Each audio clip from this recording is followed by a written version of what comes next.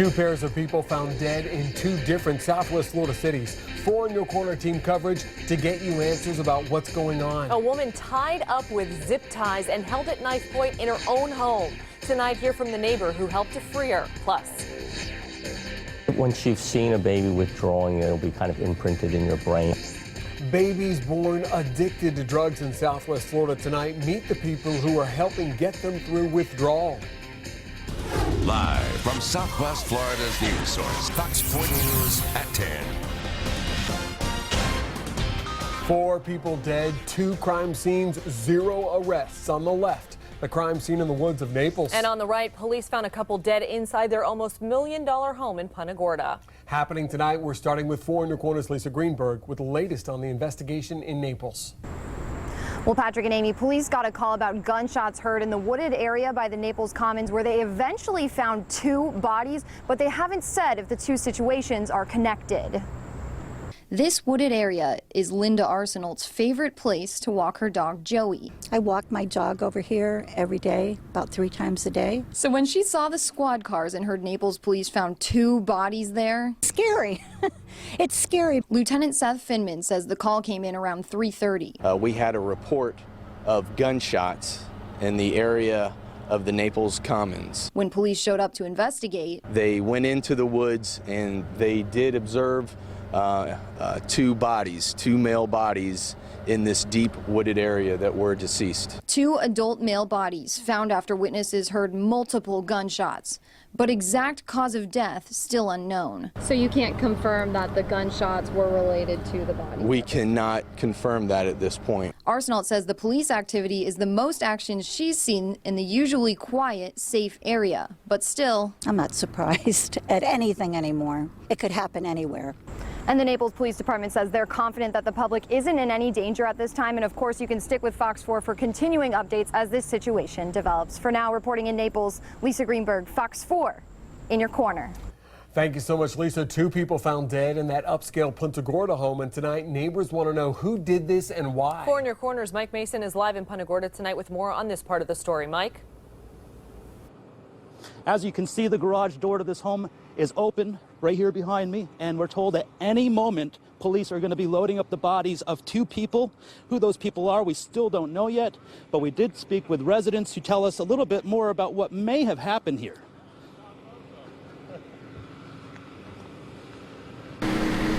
This huge home in Punta Gorda Isles, surrounded by police tape, shrouded in mystery. Neighbors want to know what happened and why. I have no idea. Well, you want to know, I'm sure. We do. Yeah.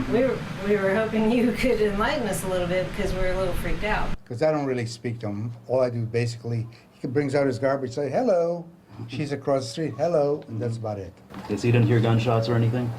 No. Police say around 4 in the afternoon, someone asked them to check on the residence. That's when they found 2 people dead inside. Although police won't release any details, we found this 4-bedroom home belongs to a Swiss couple, Max and Erda Rotman, both in their 70s. Did you know them at all?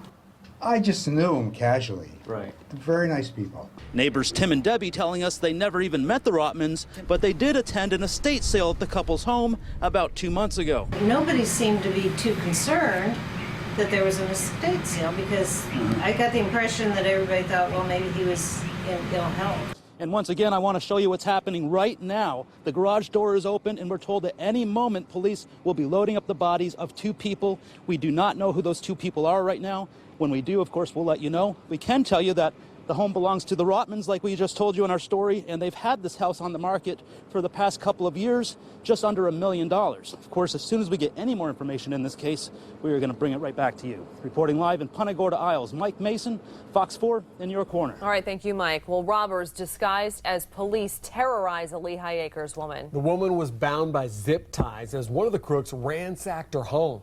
That's right. 4 in Your Corner's Adam Pinsker caught up with a neighbor who helped that woman right after the attack. He joins us live in the studio tonight. Adam? Yeah, Amy, Patrick, really scary situation. That neighbor telling us the 2 suspects pried open a sliding glass door around 7 o'clock this morning and trashed the home. The victim freed herself and went right next door to Raymond Burgess's house. The crime sending shockwaves throughout this quiet neighborhood. Oh, it's sad. It's real sad. Raymond Burgess was shocked at the condition his neighbor was in when she knocked on his door this morning. When Lucy, the lady that lives there, came over to our house. After she got untied, she was tied with plastic. Lucy was bound up, held at knife point by two men who barged into her home disguised as police officers. She says that they took her rings and her watch. Burgess accompanied his neighbor back to her house after the suspects left. And I said, whatever you do, don't touch a thing. Not a thing. The crime occurring at 7 o'clock in the morning, shocking those who live nearby. A lot of gall to do something like that, you know? I don't know if they knew them or somebody knew something. John Taro lives across the street from the crime scene and says this is the first time something like this has happened since he's lived here. Everybody's, you know, very nice in this neighborhood. They're friendly. They say hello. And that Raymond Burgess was an example of that friendliness, coming to his neighbor's aid. But it was quite sad to me because she's such a nice person. And good news tonight, the victim is okay. She is with her family. Trish Rout with Crime Stoppers says any legitimate police officer will show his or her badge before entering the home and would not be offended if you asked them to show them their ID. The two suspects in this case have not been caught. If you can help out law enforcement, call Crime Stoppers or the Lee County Sheriff's Office. Live in the studio, Adam Pinsker, Fox 4, in your corner. Thank you so much, Adam. The mercury rising across southwest Florida again today. Temperatures inching closer to 100. We got up to 96. So did we break any records today? Chief Meteorologist Derek Beasley in the Storm Shield 4 Weather Center with the answer. Derek? Well, guys, no, we did not. The record high in Fort Myers was 101 today, and we were nowhere close to that 96, as Patrick mentioned, the official high. So we were hot enough. And we did see a few showers and storms popping up across the area. We're watching some lingering ones here, and even though they're weakening, I'm not ready to write them off just yet. As you saw last night, we had those storms really ramping up around midnight last night. So we'll keep an eye on these, just some light to moderate showers south of LaBelle, and a couple trying to pop up in eastern Lee County around Lehigh Acres. We're also tracking these showers and storms here right along Alligator Alley, pushing off towards the west, so we'll keep an eye on those as they push close to the coast. Temperatures now mid-80s, but it feels like the mid-90s right now. We do have some slightly cooler weather on the way for the weekend. We'll talk about that coming up. All right, thank you, Derek.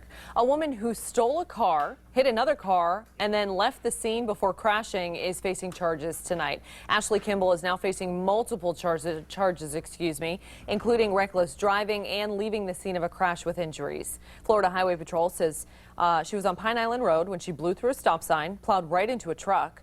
Troopers say then she tried to run from the scene, but she was quickly taken into custody. Fox 4 spoke with the man who claims to own the car that she was driving, saying that she reportedly stole it from his driveway just minutes before this crash. I decided to go after her, and she saw me and took off. So we tried to keep behind her at a decent pace, and she almost killed people. We do want to point out Kimball has not been charged with grand theft auto in this case. Crews cleaning up the charred mess at Sunsplash Family Water Park in Cape Coral after investigators say a golf cart somehow caught fire and then it burned down the guest services building early yesterday morning. The city says the park's going to stay closed to the public through the weekend, and if the cleanup process goes smoothly, they're hoping to reopen the park sometime next week. People we spoke with say Sunsplash is way too important for families to be shut down for too long. It's hard to have something closed. It's one of the popular spots in Cape Coral. A lot of kids, they don't have pools, and you know, they want to go and have fun with their family, and it's just too bad. Now, swim lessons that are scheduled for tomorrow morning at 8:30 and 9 will go on as planned, and the swim camps, which are scheduled to start on Monday, will also go on as planned, but they are asking everybody to enter through the side gate. Police body cameras can help reveal what really happened in shootings involving officers. So why don't more local agencies have them? Fox 4 is looking for the answer. An attempt to make a cute video or a cruel crime. Why would the owner of this dog set off fireworks right next to the animal? But first, once you've seen a baby withdrawing, it'll be kind of imprinted in your brain. An 800% spike in the number of local babies born into drug withdrawal. Meet the Southwest Floridian who's loving them through their agony. That's next on Fox 4 News at 10.